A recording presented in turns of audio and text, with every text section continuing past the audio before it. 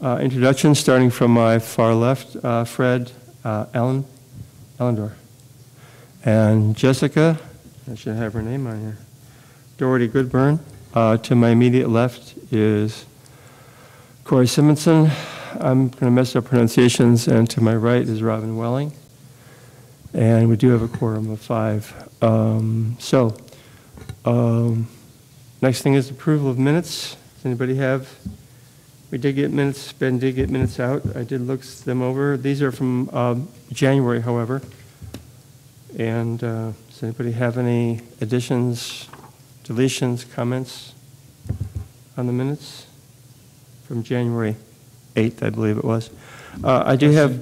Go ahead, Corey. Is that what these things are for, is to help us find that kind of stuff? Because I don't have any hard copies. I have the agenda here, but I don't have any hard copies of any minutes. Yeah, this Missoula CI should be able to go into. When the link was provided, that gives a link to the meeting site, and each of the links you can click on. Anyhow, while Corey's looking, I do have one thing. There was a question to Missoula in Motion regarding the programs that they have as to whether or not they did any analysis of the effectiveness. In the minutes it says just that they did. One of the things, if I did not ask, I meant to, so include that as a revision. I was hoping for, and not to add more work than they already have plenty, if they had any kind of a priority list or some type of a scoring as to the effectiveness of the various programs. I know they do assessments. I was just curious as to the priorities and what their plans were for making improvements. The reason I was asking for that is once the board has that information, we might be able to give some assistance or possibly recommend changes based on our own perspective and experiences. If there's not any other changes to the minutes from January, and again, we do not have the ones, I haven't seen the ones from February. We'll go to approving the agenda, which everybody does have in front of them. And if there are no recommendations to that, I'll move on to. Can I just yes, Ben. Ask that Dave Gray get our safety transportation plan be moved up as high as possible in the agenda? Yeah, my plan was to move that. We moved Dave right after any public comments. Thanks, Ben. Okay, with no comments or complaints, I will mark the current agenda approved. Yes, okay. And public comment, we do have a couple of gentlemen from the public here. Are you here to hear or make a comment? Okay, that's fine. If you can let us know who you are for the record, please. So my name is Darren Lawson, and I live over off of Scott Street Bridge. And I work over at Consumer Direct Care Network off of North Reserve Howard Razor Drive. And in the summertime, I like to go back and forth to home and work on my wheelchair. And to do that, I go across Cemetery Road, which is not that safe to pedestrians, bicyclists, or wheelchair users. I've been trying to gather support with making this route a little safer.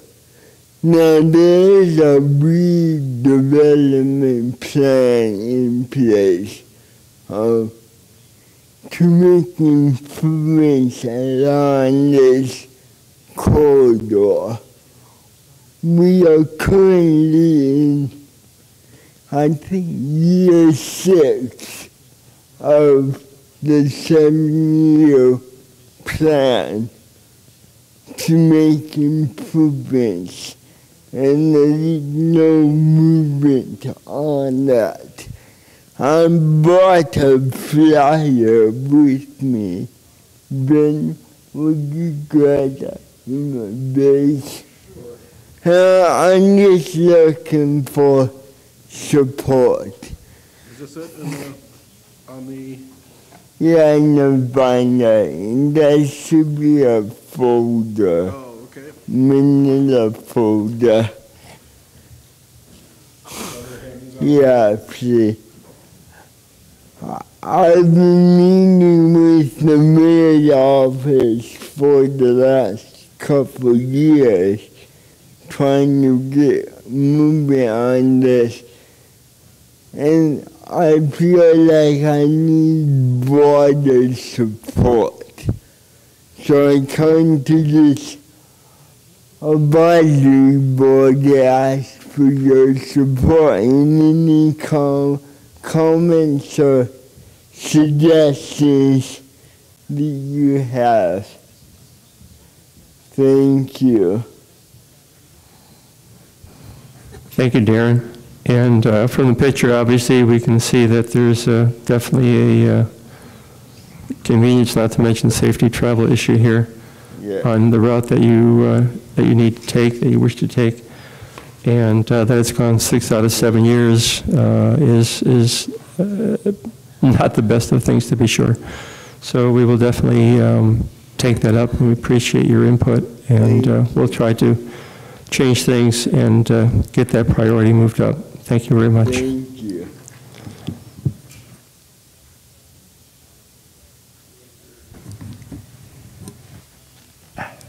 Is there any other comments, sir? Okay, thank you. Okay. With that, we had, are you, sir, are you with, okay, you're with, okay. Okay, so we're going to move, and unless there's any complaints, we're going to move Dave from Community Transportation Safety Plan, Dave Gray, and we're going to move him up in front of Dave to give his presentation. Dave, thank you. I know it's wacky.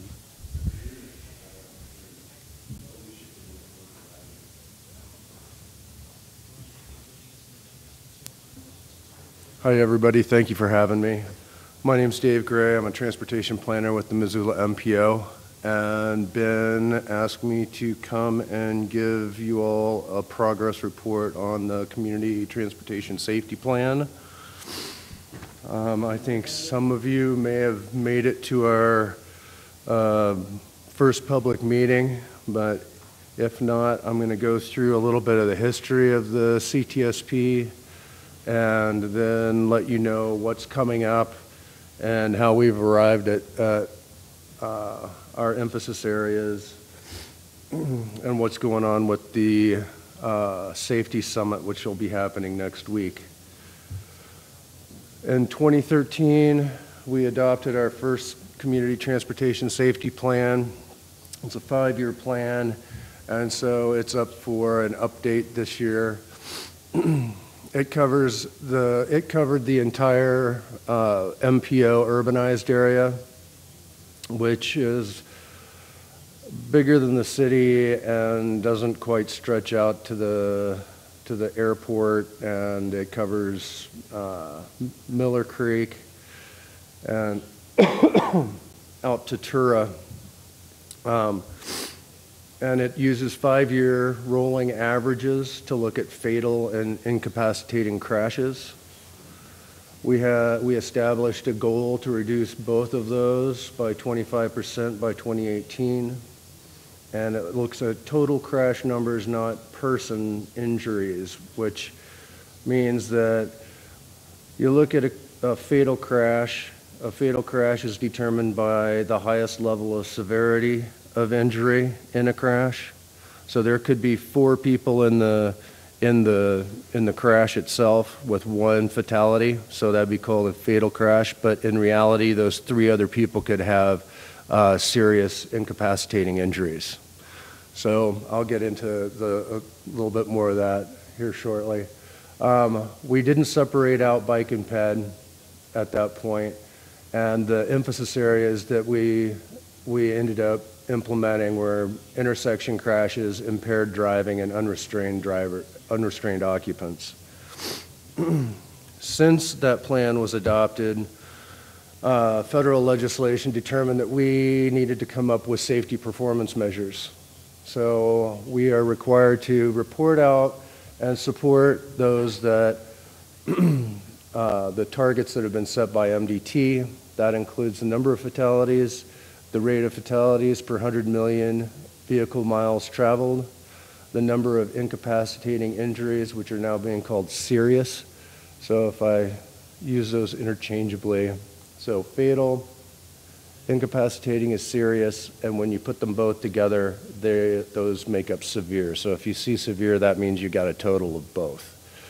Then the rate of incapacitating serious injuries, and now we need to come up with the combined fatalities and incapacitating injuries for non-motorized crashes.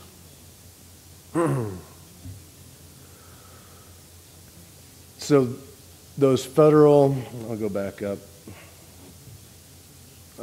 Sorry.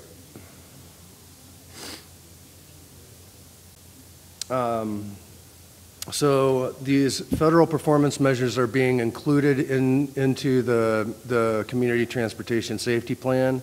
However, there's also the whole local element that is also being incorporated. So in order to identify the areas that we are going to be focusing on with this new plan, we developed a Transportation Safety Advisory Committee. This is weird, sorry. So the advisory committee is made up of the 4 E's: engineering, enforcement, education, and emergency services. We've met 3 times so far, and they include highway patrol, sheriff, police, St. Pat's, community, medical, Buckle Up Montana, the DUI task force, schools, that sort of thing. So it's really the advisory committee for establishing where our new emphasis areas are going to be focused on.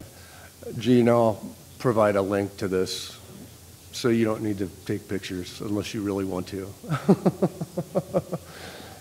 We had a public meeting in November, and we asked people to identify emphasis areas. That there are 14 of them, and I'll show you all of those here shortly.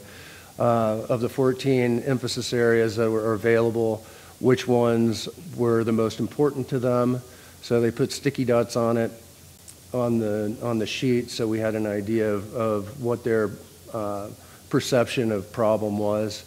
We also had an online survey, and I forget how many, it wasn't a scientific survey, but I think we probably had enough respondents so that it could probably be categorized as such.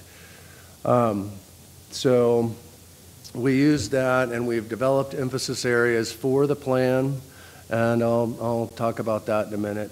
We've got an upcoming Community Safety Summit, which I highly encourage anybody who's interested to attend. It's a week from tomorrow at Franklin from 5:30 to 8.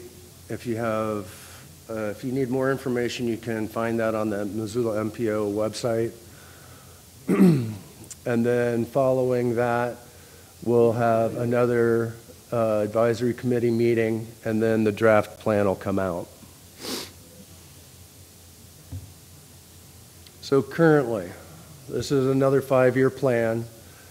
The area of study has increased from the urbanized area to the MPO planning area. So that is Lolo to Frenchtown to Tura to Evero. So it's a significantly larger area. We're still using 5-year averages for fatal and serious injuries, but at this point, we're looking at person injuries. So when I mentioned that fatal crash, 1 fatality and 3 serious injuries, we're looking at all of those numbers instead of it just being classified as 1 fatal crash. We're including the federal performance measures and then looking at local emphasis area reduction, injury reduction goals. At this point, the emphasis areas are intersection crashes, non-motorized, and high-risk behavior. Dave, what are some of the things that are qualifying as high-risk behavior? Right now, we're using high-risk behavior is including impaired driving and unrestrained driving or unrestrained occupants. Also can be age-related. And when I get into the 14 emphasis areas that we started with, I'll go through what's going to be included. A lot of the high-risk behavior is more on the legislative side. So DUI laws, unrestrained occupant laws, distracted driving laws. Those are things that we as a community can try to mitigate, but until we get full widespread state law in order, fines increased, that sort of thing, it fits better as its own emphasis area. So we've got crashes. Oh, sorry, I just zoomed out. This slide shows how we've done.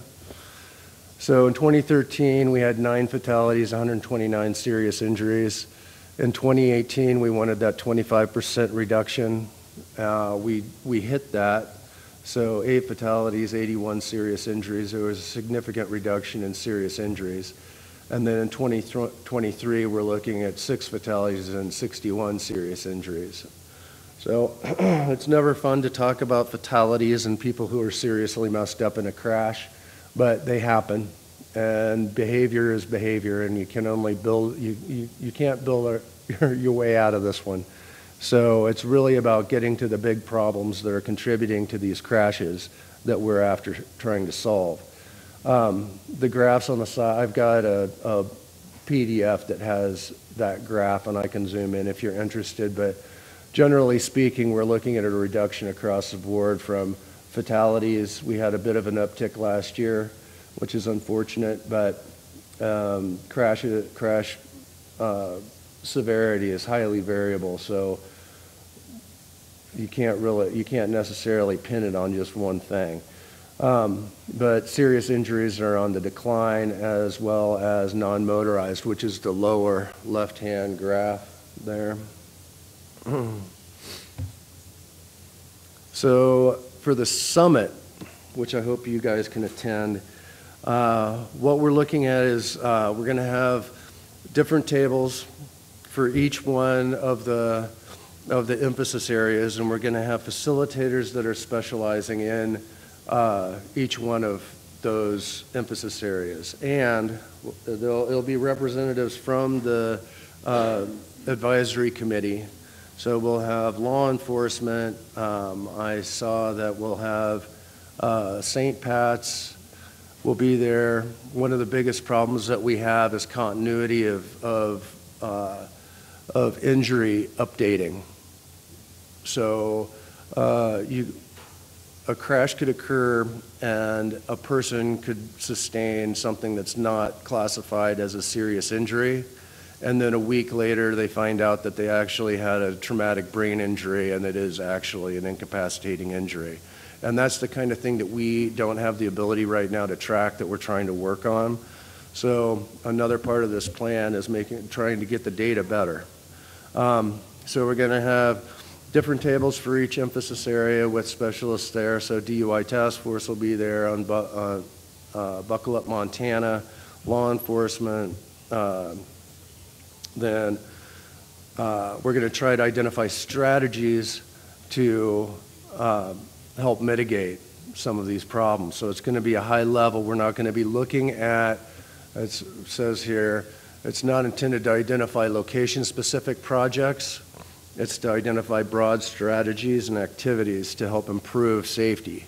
So we're not going to be looking at any particular roundabout, or we're not going to be looking at any particular high crash location, but we're going to be looking at the contributing circumstances that are associated with that, with each emphasis area. And again, it is, page up, it's at Franklin Elementary. It's 5:30 is the check-in and open remarks, and then we're going to start promptly at 6 and go to 8. So it'll be in the Franklin Elementary cafeteria a week from tomorrow. What? A week from today. Oh, today's Tuesday. A week from today. Sorry. Misinformation.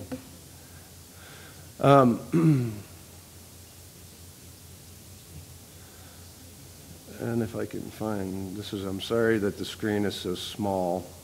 So I'm going to do my best to show you some of the information that we have so far. So these are the graphs that I was showing earlier that were so small on the PowerPoint. I can, in fact, get rid of that. So you can see the uptick in fatalities last year. But generally speaking, we've had, from 2011 was a high point, and we've generally decreased. The line is the 5-year rolling average. So we're still below, using the 5-year average, we're still below the target that we set in the 2013 plan. And serious injuries, that's where the most improvement has come in. And it could be that we've made some real improvements on the transportation system. It could also be because technology has changed so dramatically in car safety that, excuse me, that most likely has the most to do with it. And then non-motorized has been steadily declining.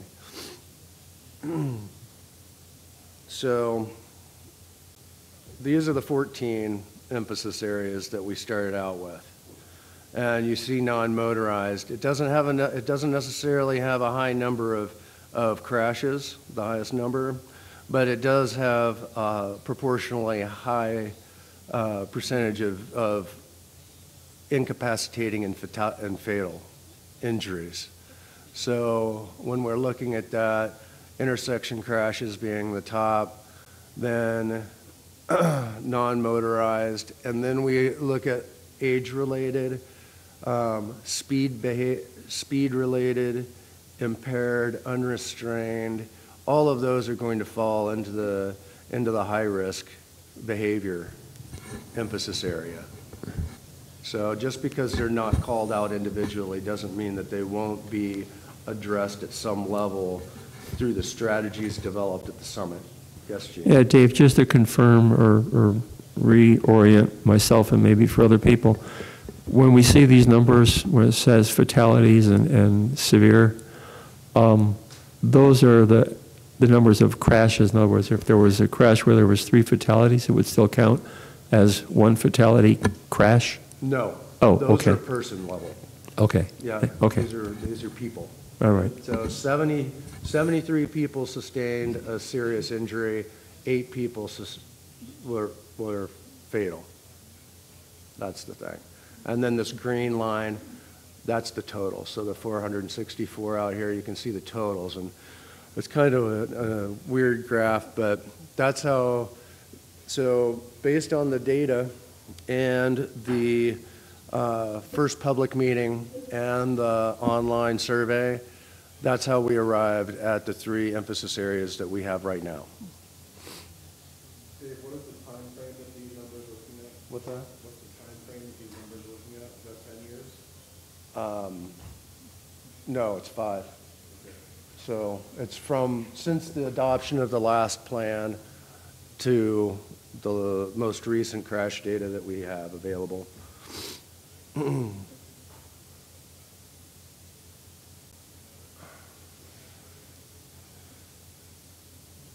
So we have a lot of data, and we've broken it out a number of different ways. So let me get into intersection crashes. So we can look at percentages. We can look at what type of traffic control is at the intersection. Right here, these are the types of crashes. So we can say, okay, we need to figure out what's going on with the rear end crashes, right? Then the contributing factors are, so inattentive. So they were inattentive and they rear-ended somebody, for instance. So we can look at the contributing factors, and a lot of the strategies are going to go towards solving these contributing factors. So one of the contributing factors that we identified last time was obstructed vision. So either cars parked too close to the corner or bushes interfering with the sight triangle, that sort of thing. So that's where, when I say we're not looking at location specific, we're looking at these contributing factors that are a little bit more widespread, so we can hit them all, and then we can focus in on where those locations may be a little farther down the road. And we have that for intersection, non-motorized. We're going to be presenting this, just came in this afternoon. So it's kind of my first look at it, but I figured, I'd just spring it on you. So we can look at we have ages of the non-motorists. We have behavioral factors. We have gender, then contributing factors. Same as with the intersection crashes in general. Excuse me. And then high-risk behavior. You see, we're looking inattentive drivers, unrestrained occupants, impaired drivers. So this is gonna cover a lot of those other emphasis areas that aren't being specifically called out.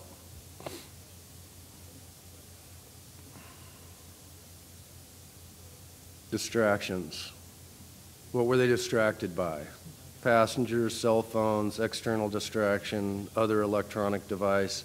That's how detailed we can get right down into this crash data, which is really fantastic because we didn't have that around the first time. So the safety summit, I'm sorry that the screen's so weird, but I'm happy to take any questions that you have. Again, the summit's at Franklin next week, and if you have any questions, you can certainly holler at Ben or me or whomever.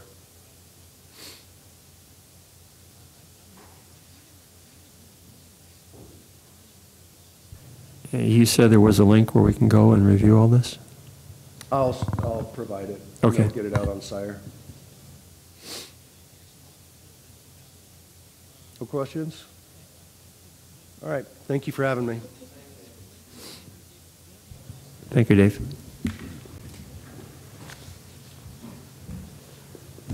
Thanks, Dave. Okay, we did a little switcheroo, so we're going to go back up to Ben with commenting on the bike pedestrian program.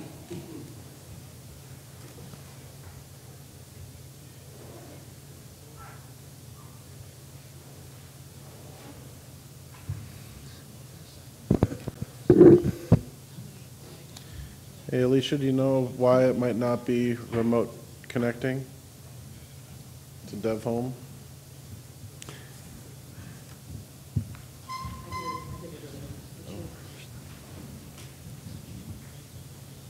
Did it give you an error message? Mm-hmm. What did it say? I didn't see it. Well, it says that. You're logging into me. Well, oh, So we change that. sure. Click connect. Yep, now enter your password.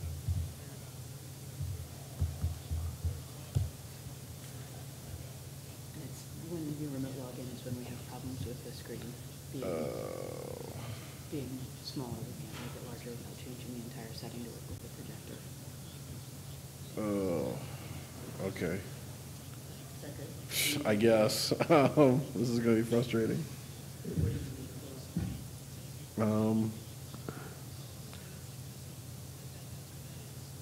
I just have, yeah, a bunch of stuff here. And forgive me, I don't have an agenda open. What item are we on? Oh, the agenda item is, for you, is 6.2. What, I mean, is it, are we talking about the project list? What's the discussion? Oh, okay. Yeah, on the project list, I'd like to, unless there's objections, take the project list and move it to where we ordinarily would go through some of the detailing and finer points, and move it to our upcoming Committee of Whole meeting next week. Okay.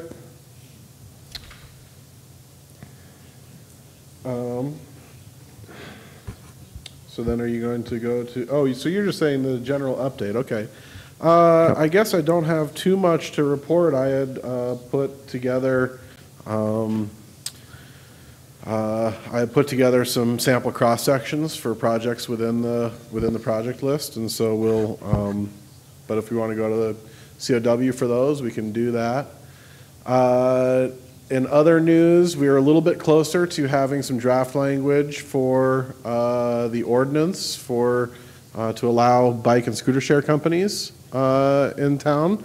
It'll probably be, well, I'm not sure how the timing is going to work, if we're going to be able to bring it here. I wasn't able to share it with you today because we haven't quite vetted it through attorney's office yet, and so I don't want to share something at a public meeting that they haven't fully looked at yet. But so I'm not sure if I'm going to get to bring it to this board before it actually goes to a council meeting or not. If possible, I will be able to share that. But what I can tell you is that the current language is crafted using kind of best practice. I modeled the ordinance after our sidewalk cafe permitting ordinance, so that basically setting up when someone would need to get a permit and why, because they're using the public right-of-way, the same way that sidewalk cafes do. And then the language within the ordinance is taken from best practices from NABSA, the National Association of Bike Share something.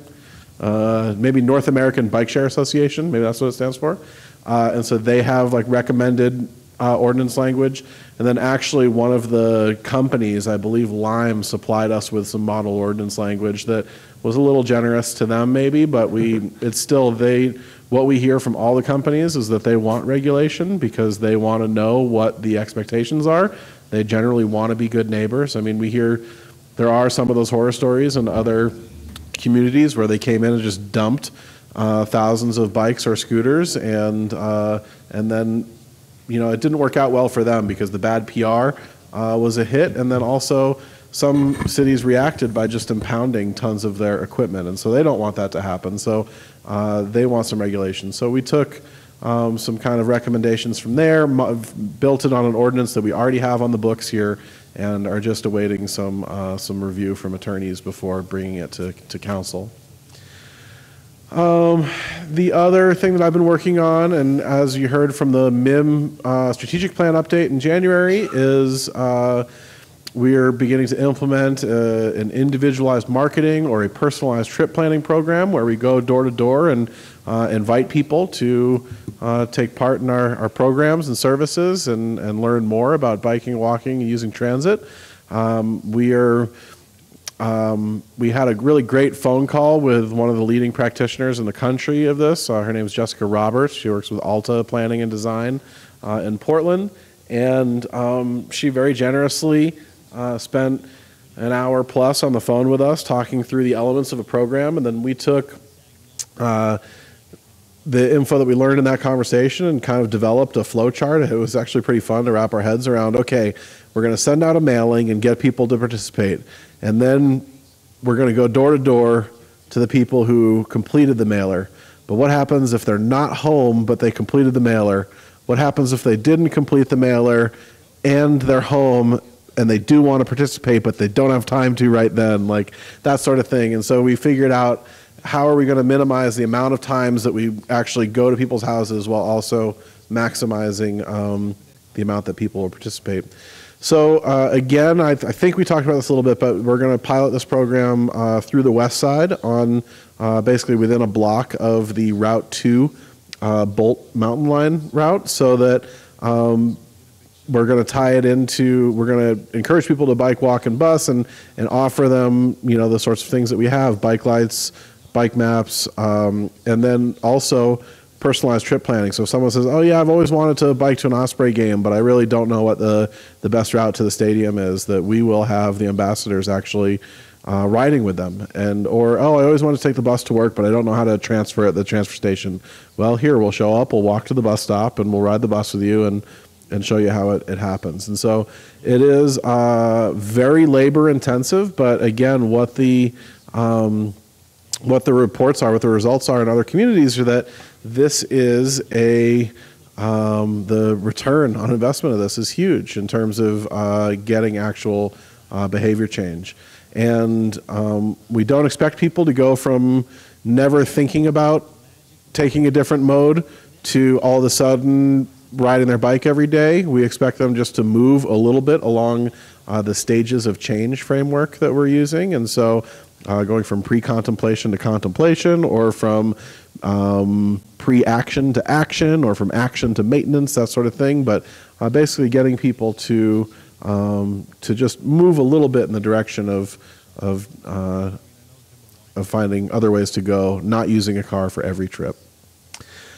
And so, yeah, I've been working closely with MIM on that. And then, believe it or not, we're in March already. And so one of the next steps to implement this program is hiring the bike ambassadors. So those that job description will be altered a little bit to reflect a little more canvassing work that they're going to be doing as part of this program. And that application, or that job listing, will be posted by the end of the month. And so if there are people in your life that might want to apply to be a bike ambassador or a transportation ambassador this summer, please have them be on the lookout through the city's webpage and other places for that in the not too distant future. Let's see. Oh, other news. We signed up for Project 529 or 529 Garage. And so I encourage everyone to go and register your bike through that program. It's very simple. It basically involves taking a picture of the serial number on the bottom of your bike and entering just the bare minimum of info about yourself. They really don't want personal info, because then that is something that could be hacked and compromised. And so basically it's contact info and information about your bike, and that's it. And the major benefit of this program is that it is most communities in the Northwest are using it, and they're extending east. It's like a wave creeping across North America from Vancouver down. And what they are doing is that on the back end, the law enforcement agencies and any of the participating communities have access to the database. So if they find a surly cross-check in Spokane that is registered to someone here, the police there will say, hey, we have your bike. And so while we have a current local bike registration, it's not accessible to law enforcement anywhere else. And so this is a huge benefit. And then also being app-based, it will be, we recognize not everyone has a smartphone, but it will be much easier for people to use and register. And so our plan is in the month of May, National Bike Month, is to do a major rollout of this and do some bike registration events as part of the month's activities. Speaking of Bike Month, we are successfully, we've entered into an agreement with Missoula to take over the promotion and celebration of Bike Month. Mim and my office have been, for the last maybe 5 or 6 years, have been promoting the different activities that happen during Bike Month. There's all sorts of group rides. We host breakfast on the bridges. We've done bikes on buses events where we teach people how to use put their bikes on the front rack on buses. Missoula in Motion's Commuter Challenge happens. There have been, I know the Roxy has done bike-related movies during the month, and various activities. What we've done to celebrate, I mean, other than the breakfast on the bridges, what we've done is just kind of collect all of the activities that other bike groups and organizations are doing to promote biking in the month, and then promoting them in a calendar and online.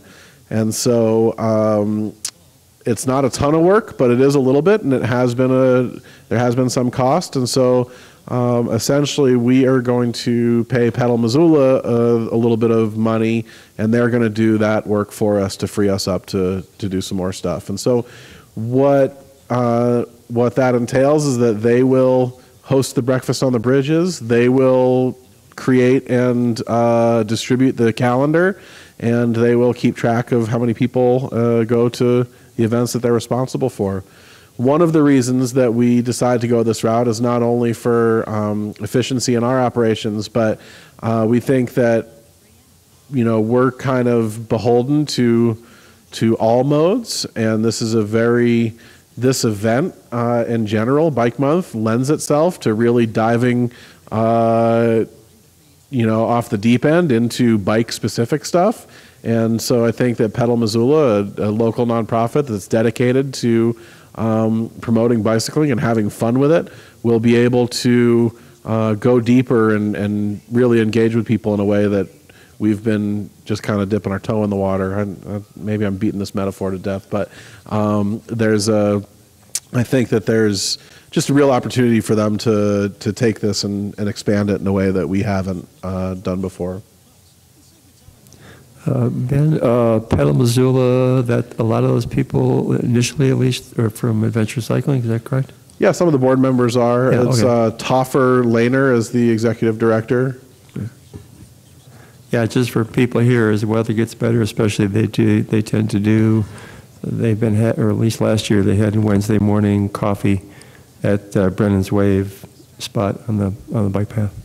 That's going on currently. Yeah, right. Yeah.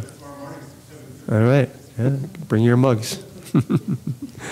Ben, one question on the ambassadors. It just came to my mind that both last season and the season before, I believe, all of the ambassadors were female. Yes. Okay. And is there a reason for that, or is that just the applicants you had? They were the best candidates. Okay. They were the best applicants we had. I'd say that in the past we have definitely, there's been an attempt, especially by my predecessor, to employ one person who identifies as a male, one person who identifies as female, more for communication strategies. I know when I was an ambassador 10 years ago, there were people that I could not reach that my partner, who was a young woman, could reach, and there were people that did not respect her or listen to her in a way that they listened to me, and so we were able to build different types of rapport with different groups of people. But the past 2 years, and I think 3 of the past 4, we've had 2 women, and it's because they were head and shoulders above the other applicants. Yeah, I was going to bring up the point that you basically did, and that I think, and this goes with policing as well, that a lot of times females can open up lines of communications that are less, are more engaging and less confrontational than a typical guy might tend to do with another guy, especially. So I'm not against it. I'm just, I think the idea of having one of each is certainly a way to go. Again, obviously based on the have to have the other qualifications as well. Okay, thank you. Anything else, Ben? No, I think that's about it for my update. Okay, thank you. Was there anything from previous month's updates that that the board has questions about?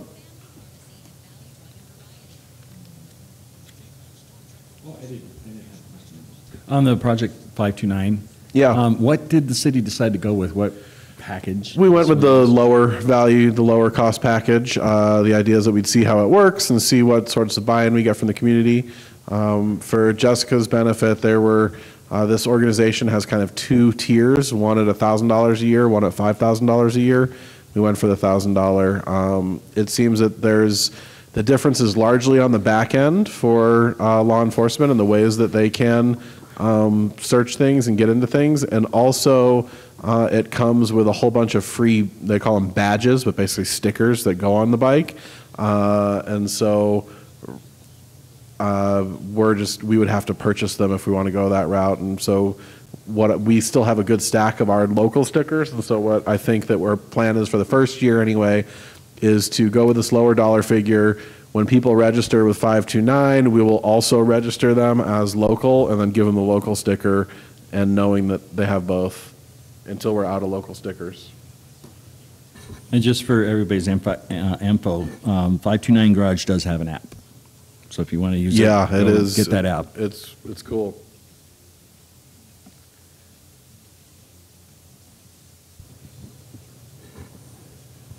Okay, it looks like we are ready to move on then. So we, at this point, have shunted, if you will, old business to the committee of whole meeting. And under new business, we've already covered Dave's presentation. And so we're going to move on to setting annual priorities, item 8.2 on the agenda. The first thing listed is MCAT. Does anybody not know what MCAT is? Okay. And I did get about a little less than a month ago information from the previous chair, Bob Waschel, regarding some interviews that they'd done with MCAT. In other words, they have a live broadcast every other Monday. And that had been used by this board in the past, and I think also been by you on occasion, to put out information into the public venue about things that we have done and Ben's office has done, things that we are considering doing and would like to kind of put the information out there as to the whys and wherefores, and perhaps get more public comment coming in to meetings like this. So I wanted to put it forth before the board to see if everybody feels that this is a program that we want to avail ourselves to on a need be or desirability basis. Not something we'd obviously need to do every month or even once a quarter, but as the situations and context arises, that it might be something that would be a good opportunity for us who want to promote better and safer bicycling and pedestrian usage to the public at large. So, questions from people or comments?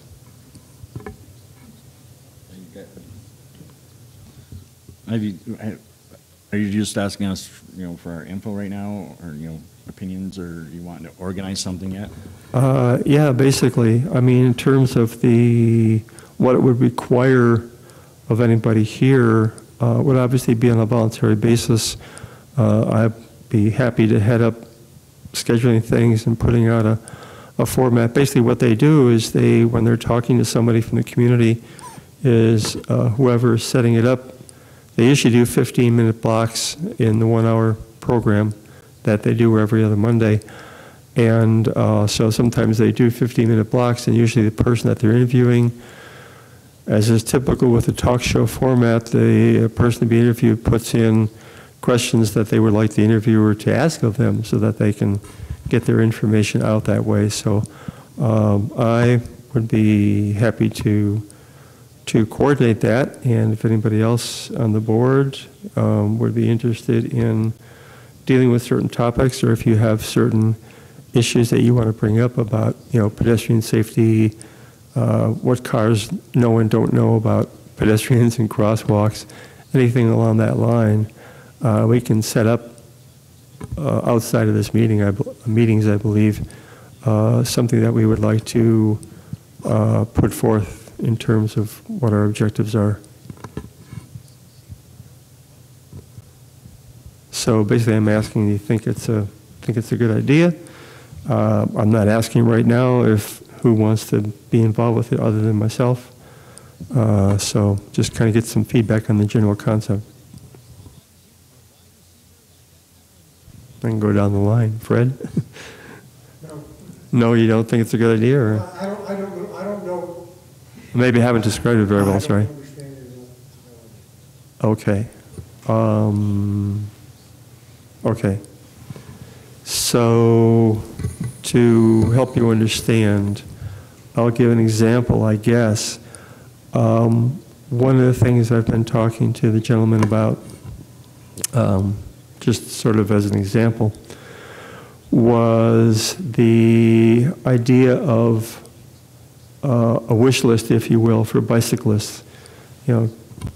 What would a wish list for bicyclists be if they were able to put out a general notice to all the motorists out there? What would you, dear motorists, what we would like you to know about how we ride, where we ride, what types of care we would like you to take that we haven't seen a lot of people taking right now, et cetera. So that's one example of the kind of thing to get out there. It could be the same thing about issues with pedestrians that a lot of motorists don't understand, that every time there's a sidewalk on either side of the street, that's a crosswalk, whether it's marked or not. A lot of drivers don't understand that they need to give pedestrians access to make that crossing even when the crosswalk is not marked. Things of that nature. So does that help you out a little bit? Well, I still want you to relate between that and MCAT. Oh, well, MCAT does broadcasts, and they do a live broadcast, and it's an interview show. So it's basically twice a month they do these shows, and it's live. And so MCAT would basically be our mouthpiece, if you will, to the public at large, at least the people that listen to that broadcast. Does that help you? Yes. Well, I guess I'm not understanding exactly what you're asking. Whether you think that is a good venue for... I have no idea. I don't know of anybody who's ever talked to each other, watched anything. Okay. Anybody else? Corey? I think the idea of what we're doing here with setting our annual priorities things, we're going through this list of things that have been suggested as this is something we should consider as an annual priority. Do we want to use MCAT as a means to get information out? And he's just basically, what he's explaining is, this is what we do, this is how we do it. Now do we, is it something we want to utilize? That's kind of what we're going here with 8.2 under my understanding, because the next, there's a few things here that we want to work on. It's in our establishing ordinance that we set annual priorities. So that's what this is, that's what we're doing here, sorry. Yeah, Robin? I guess more broadly on the topic of annual priorities, we've had a lot of discussions in the past about the role of education, be it of drivers or cyclists, or and ways that we might capitalize on existing programs in other locations, such as Fort Collins. And it seems like there's been sort of a split on the board in terms of where we want to emphasize our time and efforts, whether it be sort of on the education side or the infrastructure side. And I guess I felt like in the past, there's been maybe less of a consensus around education. and making that a priority. And I would say for myself personally, I would like to see more of an emphasis on infrastructure and potentially pushing the city to put money behind things like the bicycle master plan. So that would be sort of my take, or something I'd like to see going forward. And that if there is, I think education is a really important piece. It's just that for me, that's something that sort of appeals less. And so unless I'm the only person who feels that way, I think that might be something that maybe a committee or a subgroup could take up and sort of present something for the board. If that's, that's sort of one way I think we could tackle a few different objectives. Corey? Yeah, I understand what you're saying, Robin. As far as, with this annual priority thing, that like when we discussed the draft list, that's part of the setting the annual priorities. It's where, I don't know how it's best for us to do this, if it's right here, it's where we sit down and go, okay, we want to do, we obviously, automatically on that list is the draft plan, which is infrastructure. And then, we go down through, okay, what else would we like to concentrate on this year? So, infrastructure is always going to be there. So, if there's anything else, yeah, absolutely. You should let us know, like, hey.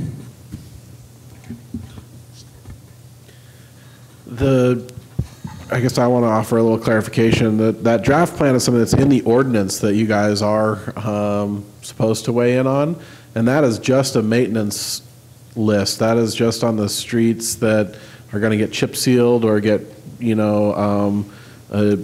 a new layer of asphalt on, and that's where we can piecemeal things. And I think what Robin is saying is that she would rather put attention towards and efforts of this board to writing recommendations to council to fund in the long range, in the long term, to fund infrastructure so that it can actually get built faster. And Robin, you mentioned specifically the master plan, yes? Yeah, I think that's where we have. So, okay. Make sure you use the mic so it's captured. Yeah, I guess I would say putting money behind, plans that have received lots of public comment and have gone through a thorough vetting process. That's maybe sort of a point of. We can use that as sort of motivation for securing funds for a dedicated funding source, rather, for bike and ped infrastructure, rather than the current system of, well, since we're already tearing up the street, let's think about bikes and peds now. I'd just like to see the city be a bit more proactive in terms of its treatment of multimodal transportation. Okay, thanks. Jenny?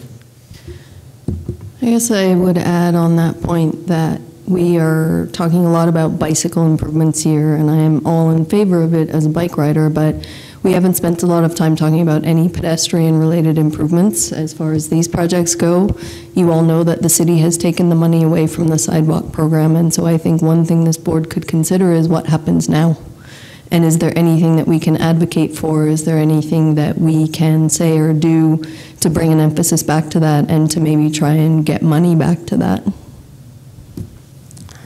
So, in other words, again, we only have advisory capacity, so a matter of just putting a recommendation out to city council or other agencies that have control over that to say that sure, we want to have our priorities.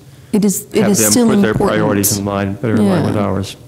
I understand that the money is gone now, but it's still important to find a source for filling in the sidewalks, for making walking in this town a little bit better in the winter or whenever nobody clears a sidewalk or whatever the case may be. Okay. So from what Jenny or Robin has said, we're looking at putting out recommendations, I believe, to city council or agencies that it would apply to get a look for, and I don't know who's going to be involved and look for a dedicated funding source. I mean, that's I don't even know where that comes from. That may get pushed back to us to say, well, whiteboard, or open to suggestions as to a dedicated funding source. Robin, you? This is something where I would need to do some, research to think about where at the federal level or the state level there are grants available. But I just think it's something that would be a worthy use of our time. Just because it might require more than just writing a letter of recommendation, a letter of recommendation. I don't think it means that it's not a worthwhile, sort of objective of this board. And as I have more time, it's certainly something I would be interested in pursuing. Okay. And Jenny, I think everybody here is probably in line with the idea of that, because of funding, the city has just kind of thrown sidewalks onto beyond the back burner, apparently. So that's something else. Again, if you are you interested in drafting something to that effect? Sure. I'm glad to draft something that just says we still think that this is a priority and you should find a way to reinstitute it, refund it. I'm glad to do that. Okay. I mean, I'd be happy to, go, put something out, and that way we have something tangible we can start to work from instead of just having sort of a general thing. Okay. In terms of what Robin said about the getting more improving infrastructure, and again, in most cases that comes to intersection treatments, bike lanes, things along that line. I think maybe we can take a look then under 8.2, the 10-foot lanes, and I think all of you were copied with a link that Bob Giordano from Free Cycles. Is there anybody that did not have access to that? Jesse, you probably didn't. You did? Have it, yes. Oh, great. Okay.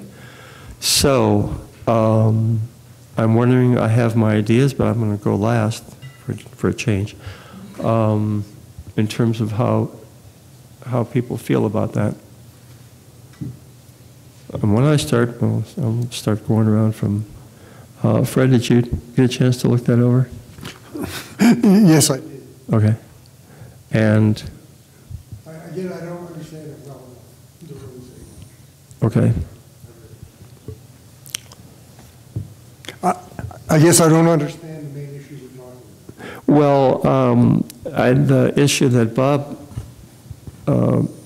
said he'd like to, and I was hoping he would be here at the meeting, but that he said, well, if whenever we get a chance to narrow a lane from 12 feet down to 11 or 12 feet down to 10 in some cases, it does a number of things, which was in the material. First of all, it allows for getting a bike lane where there wouldn't ordinarily be one. It allows a wider bike lane to be put in, a 6 or 6.5 foot one, next to parked cars, to allow cyclists to stay away from car doors opened.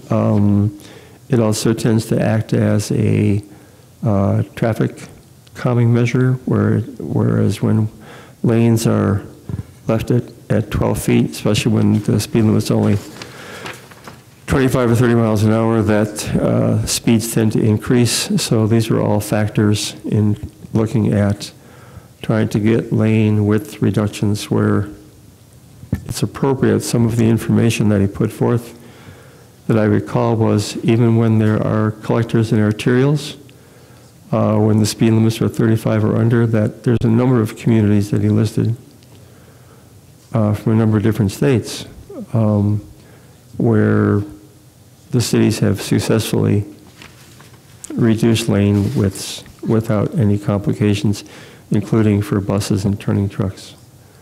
So I think the question before us then is, do we want to, especially with the chip seal and so forth that's coming down the line, do we want to have a positive outlook, for lack of a better term, in terms of reducing lane widths from Gene, yes, I guess I would want to share with you what the city already does for lane widths and before soliciting feedback from the board. But I just tried opening up our subdivision regulations, and for some reason the document won't load. But basically, we've already adopted, oh, there we go. Now it did it. We have already adopted 10-foot lane widths on nearly all of our right-of-ways. See, look, here's the standard lane width, 10 feet, even on the principal arterials within new subdivisions. And when we do chip seals, we definitely are willing to go down to 10 to fit bike lanes. And there are, with some exceptions, roads on hills, especially if they have curves, 10 feet, while drivers can stay in them. A lot of our drivers don't. And so it largely becomes a maintenance issue of having to restripe lanes longer. We also run into an issue where some of our standard widths of existing roads don't allow for, aren't quite wide enough to, even if we shrink down to 10, to get a bike lane in on both sides. What we found is that by going to minimums everywhere, everyone gets mad. An example is 5th Street by the Big Dipper. We're at minimum parking lane width, minimum bike lane width, and then minimum 10-foot driving lane widths. And the drivers don't like it, the bicyclists don't like it, and the people parking don't like it. That's one of the reasons that we're looking at a reconfiguration of 5th and 6th Street in general. But overall, on city streets, we have largely adopted 10-foot as our standard lane width. And any exceptions that we make to that are usually because it's on an MDT right-of-way, and they won't allow us to go as low as 10 feet. They've allowed us to go as low as 10.5 in locations like Brook Street between Mount and Higgins. They've allowed 10.5-foot lanes so that we could get bike lanes and parking on one side. They've allowed 10 feet near the Good Food Store on 3rd Street in some of those lanes so that we could fit, again, bike lanes and turning lanes in there. But their typical urban standard is 11 feet, or actually it's 12, but they will get design exceptions to go down to 11 with some regularity. We're getting 10 feet lanes in the outside lane of Higgins Bridge of that reconstruction. They're doing 11 on the inside though. And that's as low as we can get them in a lot of places. Actually, there is a section where they're going to 10.5 on that inside lane. But this is one that is, I guess I haven't looked at all the information that Bob just provided, but I'm not exactly sure what more we could do, which is why I put 10-foot lane research on the potential item, because that could be something this board could do, would be look into all of the, do a formal request of all of the places that we have lane widths and see if there isn't some like policy that could be handed down, that you guys could recommend and help craft that got us to 10-foot lanes. But it's something that I think that we're largely doing, but maybe we could do better. I mean, maybe Bob must feel that way if he sent that email. Can I ask you a question? Yeah. Is it our standard policy that, I know that in subdivision regulations, bike lanes are only required on larger roads, arterials. Is it our standard policy to support that, or could we make a change where these regulations show that bike lanes are recommended on roads where there are fewer cars and slower speeds? I mean, this board could definitely recommend that. I don't know if it's going to be supported at the staff level just because of how strapped we are to keep things painted even on the larger roads. But I mean, again, that's possible. One of the things that we'll hopefully see next month is those revised administrative rules, including that admin rule 415, which talks about where we're going to add and how we're going to add bike lane striping and other pavement markings for biking. And so maybe that can come once we see that presentation. Maybe that could be when the board makes some recommendations about that. Yeah, I was just going to add that there's a lot of times if you have low volume, low-speed streets. They're almost like neighborhood greenways, basically that the bike lane, the purpose that a bike lane serves, that purpose tends to be not as necessary, for lack of a better term. I travel on, it's right where Brooks, Stevens, between the Brooks intersection and South Avenue. I know that's been discussed for a bike lane. I'm there at least 3 times a week, either on my bike or in my car, and even this weather. And the traffic levels are so low there, it almost seems like again, a very low priority in terms of putting in bike lane infrastructure. There's very few parked cars there. Cars that drive there are driving pretty slowly because it's not the kind of traffic volumes that you have either on South Avenue or on Brooks. So again, I think from what Ben said is that I think would have our best results if we stay focused on trying to go with the places where the lanes and other infrastructure is serving the most people with the most need, whether that's pedestrians or cyclists.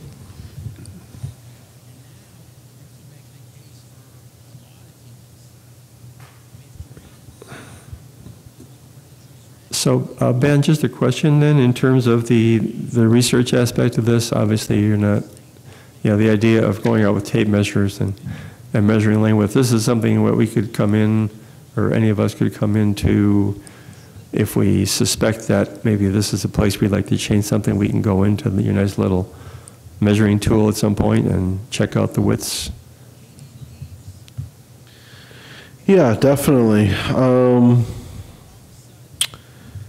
I'm just looking, I even remember there was a former city council member who made some resolution about 10-foot lanes everywhere in town where possible.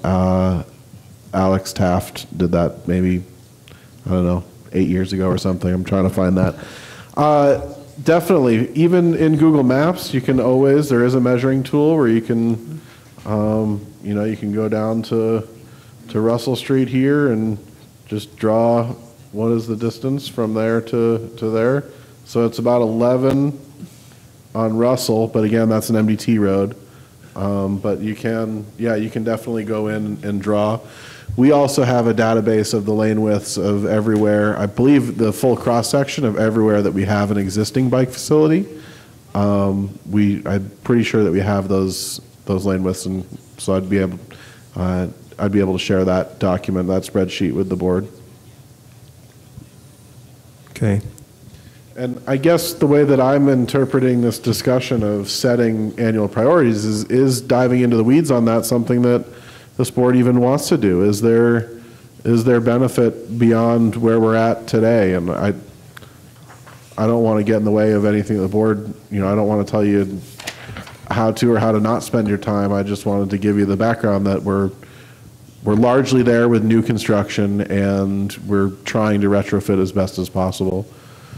You'll see when we do pick up the discussion of the project list on at the committee of the whole meeting, you will see that there are some places where I did not propose a 10-foot lane, and part of that is because there's essentially too much width in the road that, here's one that if you put it all in the bike lane, that bike lane would start to look like another driving lane, and it could lead to some confusion for drivers. So here's one where, I don't remember it's on an expressway, where there is room for an 8-foot parking lane, a 6.5-foot bike lane, 2 11.5 drivers, and then a 6.5 bike lane. That's about as wide as we want to get a bike lane before it starts to look appealing to drive in. And yeah, that might be a little bit wider than we might ideally want a travel lane, but expressway is heavily used by semis, and it has some curves in it as it heads out towards the roundabout, and so maybe 11.5 foot is appropriate for that street. I don't know that this is not the most urban roadway configuration, but Expressway, as it's built, is not an urban road, and so I don't know.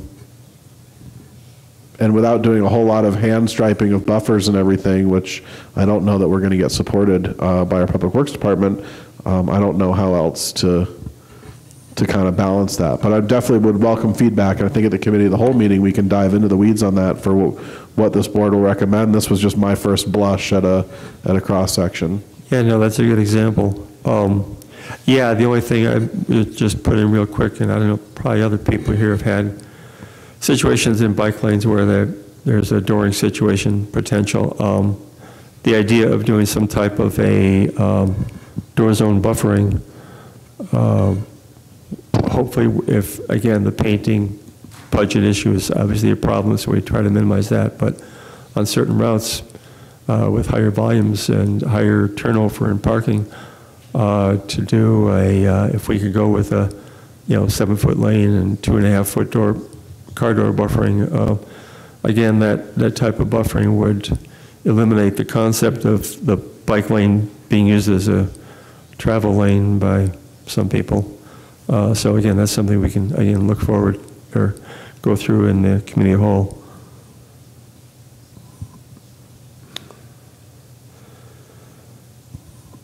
Okay,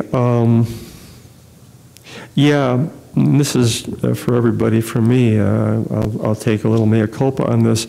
I went over and it's buried in my folder somewhere, the duties of the board, and one of the duties I hadn't even noticed before I became chair was that there is a duty for the board to produce a set of annual priorities. And I don't recall ever sitting down at a board meeting saying, well, what are our priorities for the year? What's our wish list, as it were, for the year? What are the things we want to make sure we do? Do we want to get, make sure we get better sidewalk thing done? Like Jenny was saying, we want to make sure we're getting painting budget for bike lanes. We want to, whatever it is. And I kind of took this under the idea of, well, are there things that we, as a board, we want to delve into in terms of providing better bicycling safety conditions? And that's the reason I brought up the interview program, where we do a, sort of information and outreach into the bicycling and walking community. Why I brought up the concept of having a bicycle safety and pedestrian safety tutorial to try to reach parts of the community beyond what the bike ambassadors reach and what Ben reaches and what Free Cycles reach. I mean, the numbers are good, but my thought is we could do better in terms of invoking better and safer bicyclist and pedestrian behaviors, which, again, I think is part of what we want in terms of producing safer conditions for people who walk and bicycle. So that's the reason I put those on the possible priorities. So again, if that is confusing still to people about, I can put something down in writing and have it available for the next meeting or the CUW meeting. One thing we haven't done is, and was discussed before, and I think Corey, you mentioned it, is the idea that rather than have the board meeting and the committee of whole 1 week apart, is that we do them 2 weeks apart, which gives us, oh, wasn't you? Okay. The idea being that if we're going to be considering something, that whatever we have, the minutes of one don't come that close behind the minutes of the other. We don't have time, only a 1 week period to kind of gather stuff together for that next meeting.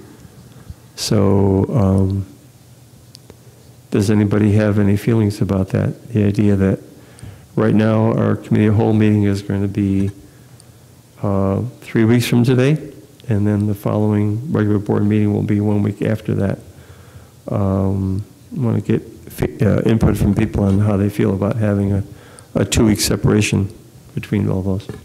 Corey. I just want to ask for a point of order. Are we done talking about the annual priorities and we're moving on to the calendar now? Oh, good question. Well,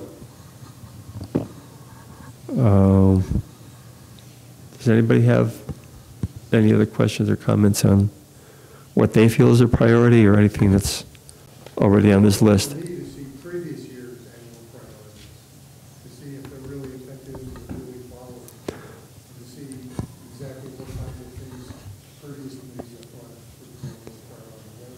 for me. Yeah, I don't have, and right now, I'm probably one of the older members on the board, if not the oldest, that's here, at least right now.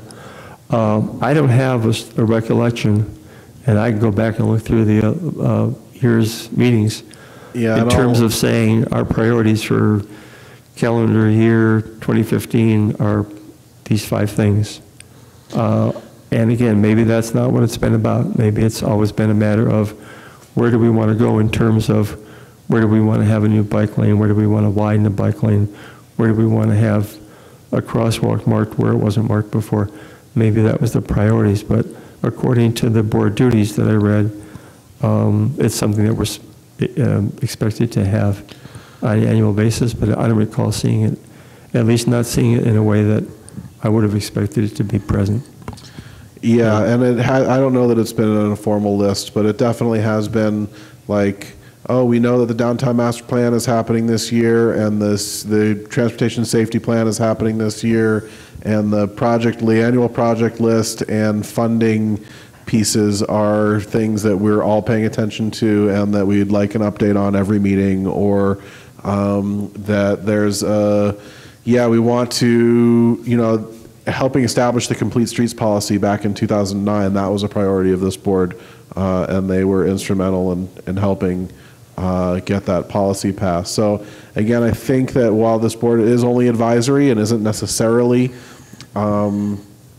crafting policy, it can be really helpful in getting city council or getting the administration to that place where they're comfortable supporting a policy or program change.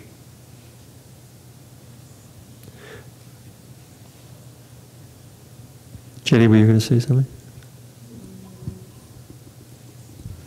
I was only going to suggest to you, although I think that sort of addresses what I was going to say, that if we want to continue talking about priorities, maybe for committee of the whole, just ask everyone to bring 2. What do you want to look at this year?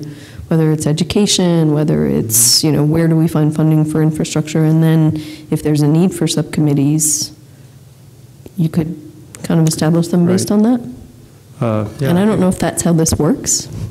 No, I think that could be done. I've tried to encourage before to say, if anybody that's on the board, if there's something you want on the agenda, a pet project, maybe it's just an intersection that you have trouble crossing, every time you're going to get your groceries or go to the drugstore or whatever.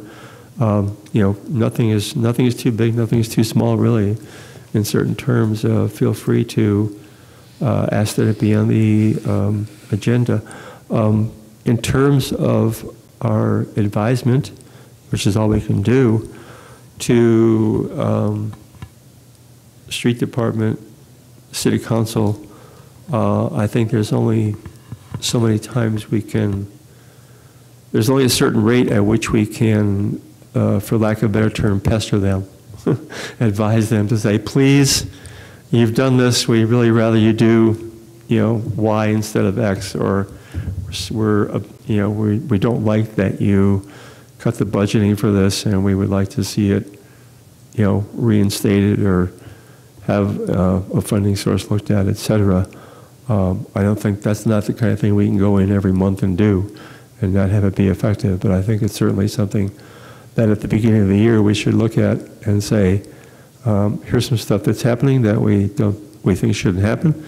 Here's some stuff that is not happening. And like the gentleman that was in earlier said, hey, this isn't happening for me, I have this need. So those are the kinds of things to take up and send to the agencies in the city that would relate to those issues. With that, I think we can move off of the annual priorities. I will try to do something a little bit more precise at the COW meeting, so we can kind of look into the little, tidbits on that, and move into the 8.3, the meeting calendar. Again, our tradition has been that we've been meeting our regular meeting 3 to 5 the first Tuesday of each month, and then the last Tuesday, or fourth Tuesday, I guess, if you will, of the month, we have our committee of whole meeting. And that meeting goes from 6:30 p.m. to 8:30 p.m. Britt, who's not here, has said that the 3 to 5 span for these meetings is not the best for her. She tries to come in as best she can, and she's been very good about it. In general, is it problematic for anybody here? And if it is there a better time that we can try to fit in? Obviously, this room is not, we can't just pick and choose a time for here, but if there's anybody who has a particular issue for those meeting dates and times, and if you think the idea of a 2-week span between each meeting rather than a 3-week, 1 week, appreciate your input.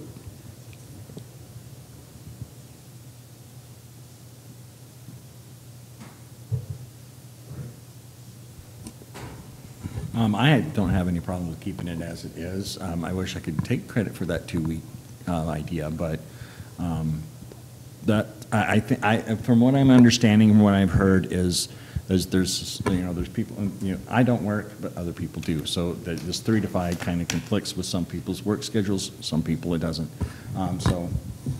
If we can come up, if there's a problem there, I mean, please say something. We can talk about what we need to do to address any Okay. Time would be better, days that would be better, that kind of thing. So you have no preference of the 3-week, 1-week split? Okay.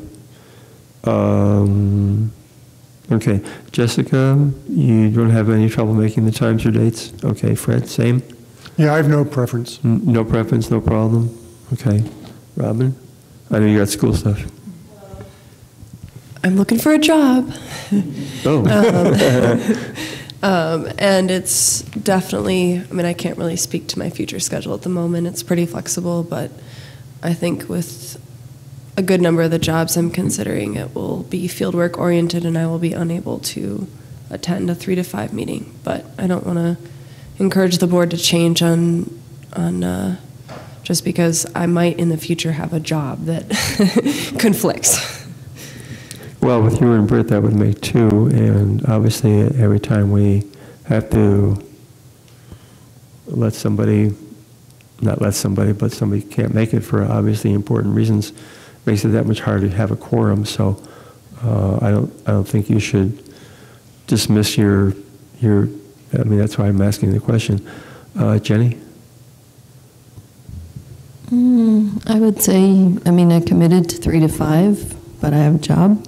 Yeah, Sometimes okay. difficult to get out. If it's 3 to 5, I'll make it. If it works for other times, that's fine too. Okay, I'm sorry. Mind the meeting. Actually, I don't think it would be a bad idea to have a meeting and then a couple weeks before this one. Mm-hmm. I don't feel strongly about that either. But if there's research, that gives a bit of time to get things done. Ben, would it make it easier for you in terms of having stuff out for us if there was instead of that 1-week span, it would be 2? I think so.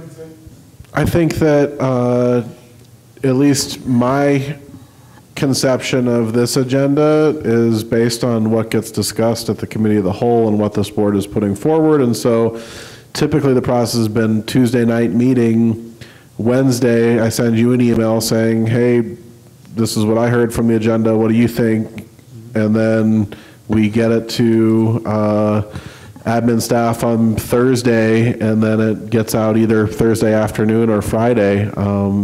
This week was a little bit later on Friday just because there were some absences and things with the software, but I mean, if that is not enough time for people to be prepared for a Tuesday meeting, then we could move the other meeting back a week, and then we'd have 2 weeks in between, and then we'd be able to get the agenda out a week ahead of this meeting with some ease, I think. Yeah, I think that's part of the reason. In terms of the time of day then, so obviously somebody who's working a 9-to-5 job, 3 to 5 isn't that great, and that's not obviously everybody here, but it is some people. And so I guess the question becomes, and I'll check this out, if it was possible that this venue was available for, let's say, 5 to 7 or 4:30 to 7, 4:30 to 6:30, something along that lines, would that be better for both of you? Would that help?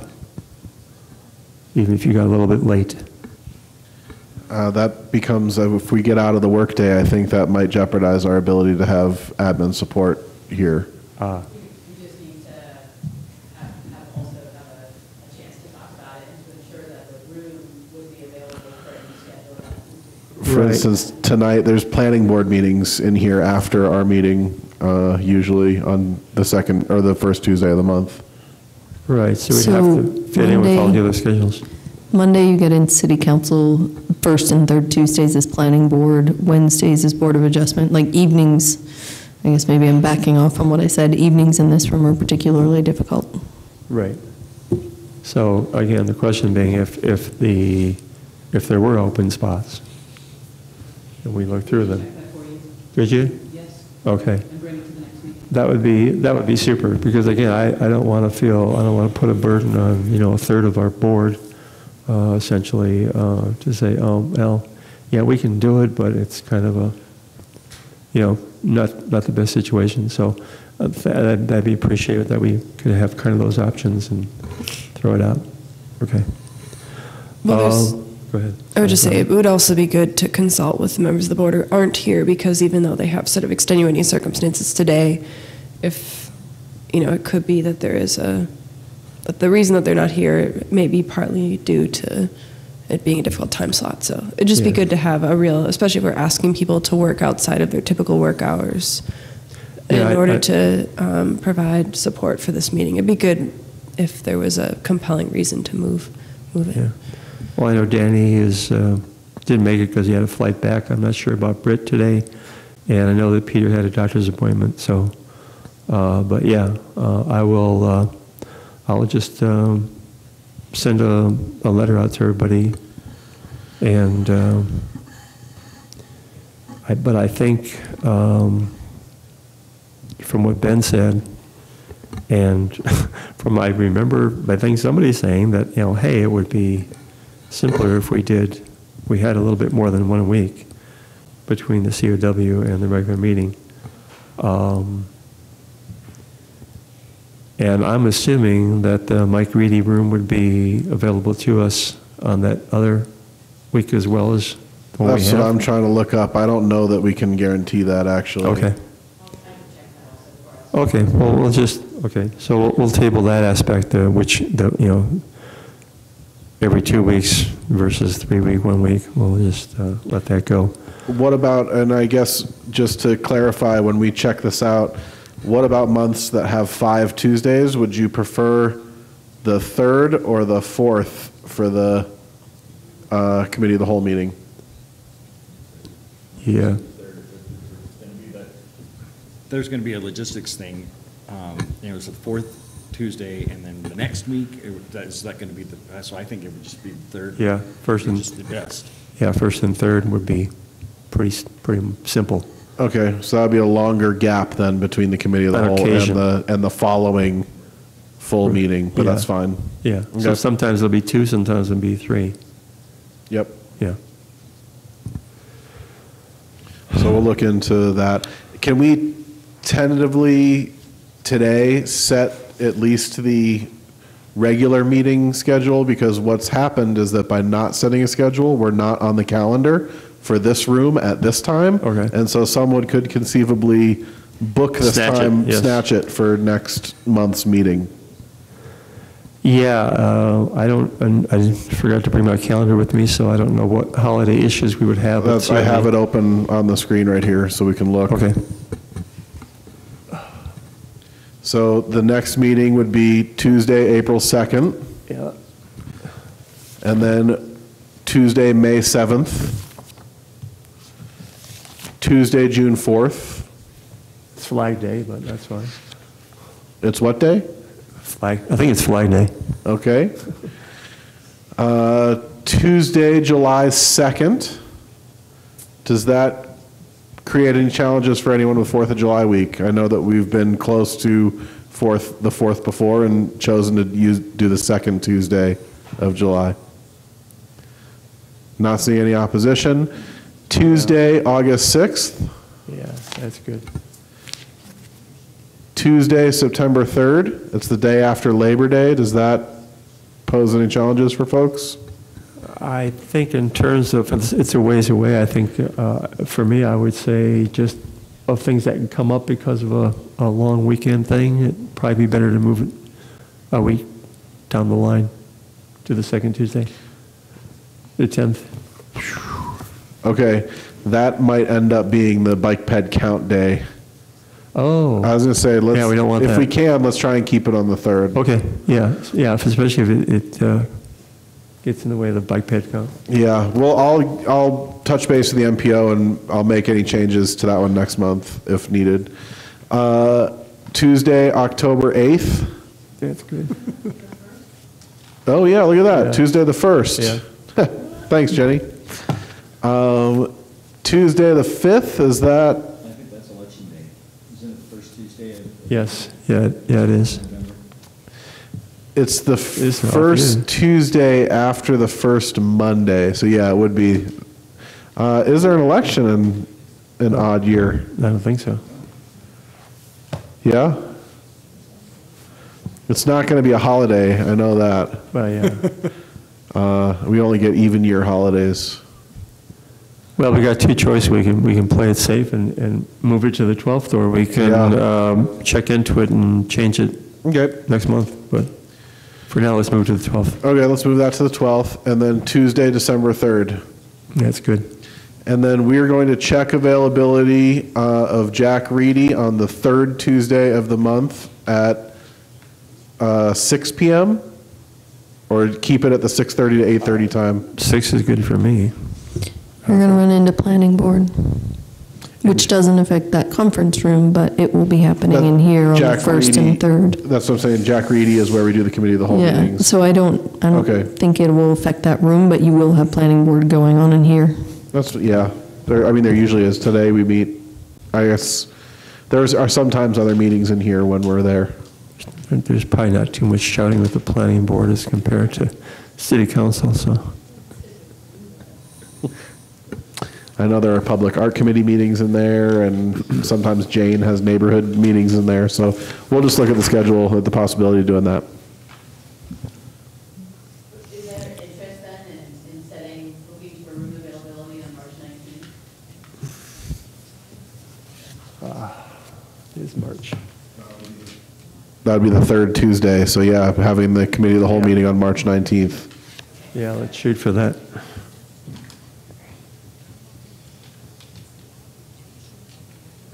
So tentatively, we'll have the committee of whole in 2 weeks, on the 19th rather, as opposed to traditional 26th.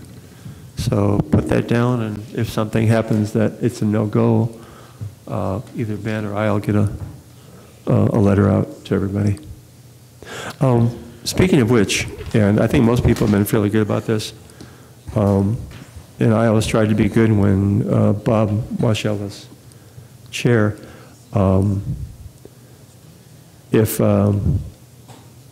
I think if somebody's, like, I'll do the same thing if I get something from Ben, just a quick response like RSVP, yeah, I got this, especially if there's an attachment or something that goes out.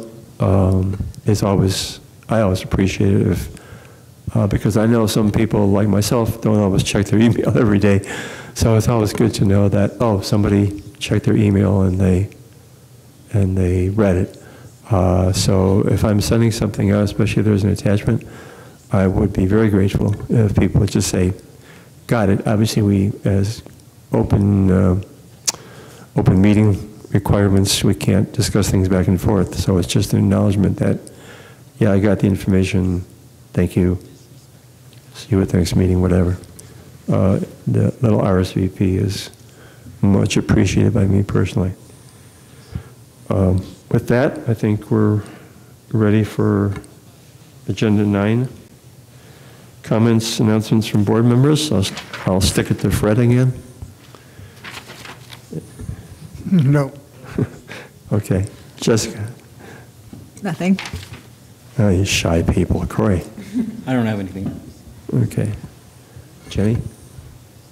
And Robin? Okay. Okay, bunch of shy people. Okay, for myself, like I stated a little bit earlier, in terms of the potential for the board being amenable to having a online tutorial being produced, not by the board as a whole, but just by an individual, and then the board can say, yeah, we'd like this to happen, be put out there to help the community members understand stuff. Same thing about the interviews. I will put out a little more precise document that you all can kind of look at and say, yeah, we can give a thumbs up. Now we have the kind of information specifics that Fred, I think, was looking for, that, yeah, we think this is something we can do because it doesn't really require any money or any particular amount of time in general for us to give a thumbs up or a thumbs down to. So that's it for me. All right. I have one. Yeah, Ben. Next Tuesday, a week from today, it's the safety meeting in the evening that Dave Gray mentioned. Yes. But at lunchtime that day, Bike Walk Montana, the statewide advocacy organization, is hosting a Connecting Communities at the Rotunda Day in Helena. So free lunch served from 11:30 to 1 with the legislators. And so it's an opportunity to express concerns about biking and walking statewide to folks at the legislature. And so anyone and everyone is invited. And if you are thinking that you can attend, get in touch with me and I can put you in touch with Doug Haberman, the executive director of Bike Walk Montana, or you can remember Doug at bikewalkmontana.org and just email him for more information. Would this be like this like an overnight thing though, right? Obviously, if you're going to Helena, or not necessarily? No, I'm coming back so I can go to the safety meeting. This is just a lunchtime. I'm going over in the morning and coming back right after. Oh, okay, okay. Any carpooling? There is carpool potential. Okay, okay. I'll definitely keep that in mind. Yes. Yeah, I think for everybody. Okay, so we have our meetings set up for the 19th this month, and then the first Tuesday of April to follow the next regular board meeting. With that, at 4:44, I'm going to call the current meeting adjourned. Ta-da.